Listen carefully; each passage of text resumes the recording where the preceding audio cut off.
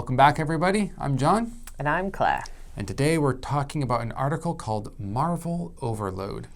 Now, if you are a person who's, been living outside of the rocks and underneath a tree, then you'll know what Marvel is, and you'll probably understand the context of this article already, because everybody's thinking it, everybody's feeling it, and, I don't want to spoil too much. Let's move on to some opening questions. Do you enjoy the blockbuster movies? Like not just Marvel, but any sort of blockbuster type movie? Yes. I have enjoyed, not all, but I have enjoyed quite a few blockbusters, yeah. Especially maybe the sci-fi end of blockbusters, you know. I have enjoyed quite a few, yeah. What am I thinking of? Like Interstellar, The Martian. Do you remember The Martian? That was huge. A good one too. And there have been some pretty big, absolutely, high budget. Wow. The Marvels, I have enjoyed them. The Marvels? Marvel movies. Okay, not the latest movie called The Marvels. Sorry, that was confusing. The Marvel movies. The 33rd installment of, or 34th, whatever, installment of all the Marvel series. A couple of Fast and Furious, even. Oh, yes. I have enjoyed a couple.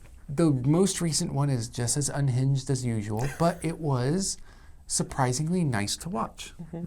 As long as you don't think. Yes. Now, do you know about Marvel characters? I do, yes. I know them all. Oh, you do? Well, up until a certain point, I know a lot until about 3 or 4 years ago. Oh, okay. Name 3. Thor, Iron Man, Captain America. Okay.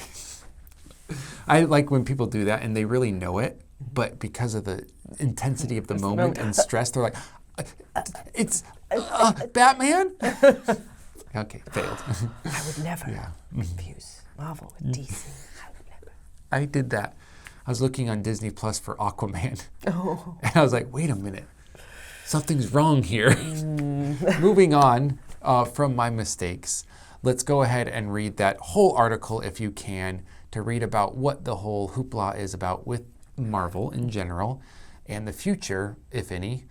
And also, if you can't do the whole article because you don't maybe have 3 hours of your life to devote to a Marvel movie and you don't have enough time to devote to the entire article, you can do the summary. And we'll see you in the next section. Marvel Overload.